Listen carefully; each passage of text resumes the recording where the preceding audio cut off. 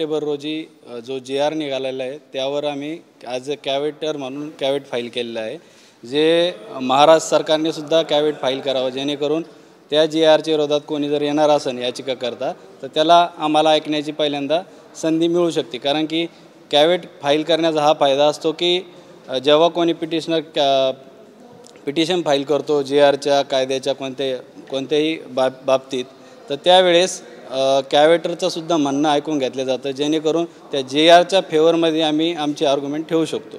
Sir आम्ही जे सांगेल म्हणजे ते प्रॉपर एक्सप्लेन करा ना, तुम्ही काय म्हणून रिप्रेझेंट करता आणि कोणी कॅवेट फाईल केली? मी स्वतः कॅवेट फाईल केलेलं आहे। माझं नाव डॉक्टर राजसाहेब पाटील आहे। मी स्वतः सुप्रीम कोर्टमध्ये प्रॅक्टिस करतो आणि यात आम्ही बॉम्बे हायकोर्ट आणि हैदराबादमध्ये जे आहे जे तेलंगणा हायकोर्ट त्यामध्ये सुद्धा कॅवेट फाईल करणार आहे। बॉम्बे हायकोर्टच्या छत्रपती संभाजीनगरच्या बेंचमध्ये सुद्धा कॅवेट फाईल करणार आहे। आज आम्ही सुप्रीम कोर्टमध्ये कॅवेट फाईल केलेलं आहे JRच्या फेवरमध्ये। आम्ही JRच्या फेवरमध्ये आहे। मागच्या काही काळामध्ये मराठा रिझर्वेशनमध्ये जे JR निघले, कायदे निघले, त्यामध्ये आम्ही काम करत आलेलो आहे आणि ह्याही JRला आम्ही सपोर्टिव्ह आणि फेवरमध्ये जे करता येईल ते करू। ते कायद्यात टिकण्यासाठी जो लागेल प्रयत्न तो आम्ही करणार आहोत। नेमकं भुजबळांनी मागच्या काही दिवसांपासून कोर्टामध्ये जाण्याची घोषणा केलेली आहे, त्याच पार्श्वभूमीवर तुम्ही कॅवेट दाखल केलं आहे म्हणून त्याला महत्त्व आहे। या कॅवेटमध्ये आमचं असं म्हणणं राहील की जो JR आहे तो टिकला पाहिजे। जे गव्हर्नमेंट रिझोल्युशन महाराष्ट्र गव्हर्नमेंटनं काढलेलं आहे ते पण टिकलं पाहिजे। आमच्याबरोबर महाराष्ट्र गव्हर्नमेंटनं सुद्धा इथे आणि बॉम्बे हायकोर्टमध्ये कॅवेट फाईल केलं पाहिजे, जेणेकरून त्याला टिकण्यासाठी कायदेशीर जे प्रयत्न करता येईल ते केले पाहिजे।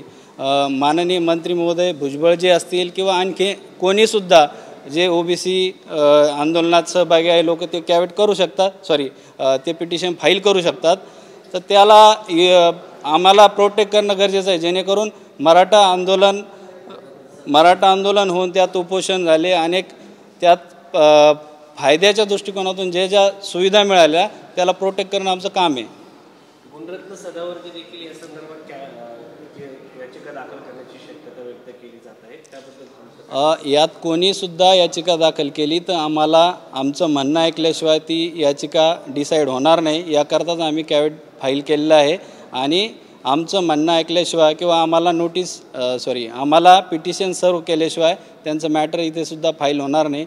आणि आमचं म्हणणं माननीय सर्वोच्च न्यायालय असो जिथे आम्ही कॅवेट फाईल करतो त्या ठिकाणी आमचं म्हणणं ऐकलं जाईल। म्हणजेच आम्ही जे मराठा रिझर्वेशनच्या फेवरला कॅवेट फाईल केलेलं आहे तर आमची बाजू ऐकल्याशिवाय माननीय सर्वोच्च न्यायालय किंवा जिथे आम्ही माननीय उच्च न्यायालय तेलंगणा आणि बॉम्बे हायकोर्ट इथं जिथं फाईल करणार आहोत ते ऐकल्याशिवाय तिथं मॅटर डिसाईड होणार नाही।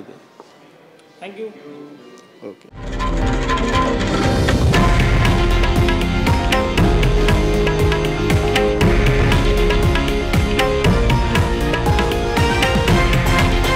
हे आहे देशातील नंबर 1 न्यूज नेटवर्क आणि आपण पाहत आहात TV9 मराठी, एकमेव।